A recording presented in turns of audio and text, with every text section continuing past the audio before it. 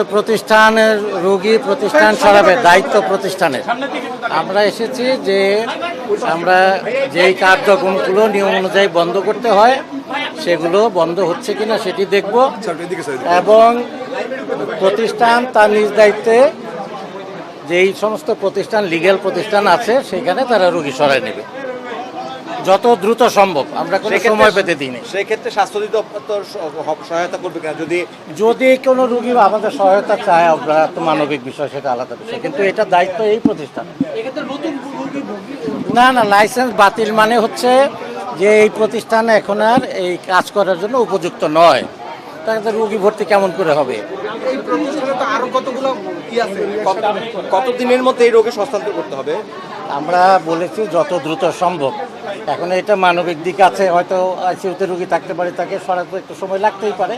আমরা বলেছি যত দ্রুত সম্ভব। 8 দিন হাসপাতালে তো অন্য জায়গায় হাসপাতাল আছে, সেগুলো কি সেটাই ওনারা বুঝবেন, ওনারা 8 দিন হাসপাতালে দিবেন। না না না না না না, এটা তো এই প্রতিষ্ঠান এখানটা, শুধু এই কেন্দ্র।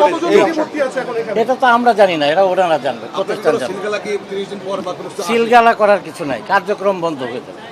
এটা সিলগালা করার বিষয় না। না না, নতুন রোগী ভর্তি হবে না, এবং যারা আছে তাদেরকে তারা প্রতিস্থাপন করবে।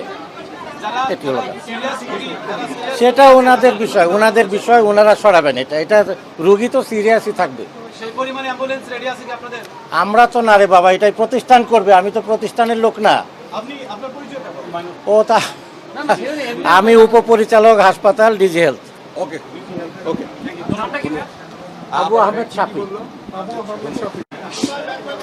আপনারা জানেন যে আমাদেরকে আপিল করার জন্য 30 দিন সময় দেওয়া হয়েছে, এটা আপনারা সবাই অবগত। এই সময়ের মধ্যে আমরা সরকারের কাছে আপিল করব, এবং আমরা প্রত্যাশা করি যে চূড়ান্ত সিদ্ধান্ত হওয়ার আগ পর্যন্ত হাসপাতালের নিয়মিত কার্যক্রম অর্থাৎ সকল সেবা কার্যক্রম অব্যাহত রাখার গভর্নমেন্ট আমাদেরকে এই ব্যাপারে অনুমতি দিবেন, এটা আমরা প্রত্যাশা করি। এটি আমাদের বক্তব্য। নাকি তো উনি তো বললেন যে এই মুহূর্ত থেকে আর আপনারা কোনো কার্যক্রম পরিচালনা করতে পারবেন না। আমরা গভর্নমেন্টের সিদ্ধান্ত প্রতি শ্রদ্ধাশীল, গভর্নমেন্ট যেভাবে বলেছে আমরা সেভাবেই চেষ্টা করব। আপনারা রোগী সরাবেন কখন থেকে? তাহলে আমরা গভর্নমেন্ট যেভাবে বলেছে যে 72 ঘন্টা বা একজন রোগী তো চাইলে আমরা পারবো না, আমরা চেষ্টা করবো যত দ্রুত সম্ভব। সিদ্ধান্ত গভর্নমেন্ট কার্যকর না, আপনার রোগী সরানো শুরু করবেন কখন থেকে? আমাদের যেহেতু অনেকগুলো ক্রিটিক্যাল রোগী আছে, এমার্জেন্সি, এনআইসিইউ, আইসিইউ সহ সার্জারির অনেকগুলো ক্রিটিক্যাল রোগী আছে, আমরা চাইলেই এক্ষুনি তাৎক্ষণিক সরাতে পারছি না।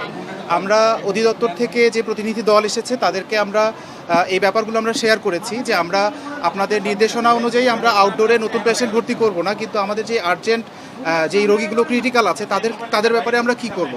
ওনারা বলেছেন যে আপনাদের দিক থেকে আপনারা যত দ্রুত সম্ভব তাদেরকে ট্রান্সফার করবেন, তাদের ক্রিটিক্যাল সিচুয়েশনটা বুঝে সেভাবে আপনারা, তবে রোগীর যেন কোনো ক্ষতি না হয় সেই দিকটা আপনারা সর্বোচ্চ নজর রাখবেন। ঠিক আছে।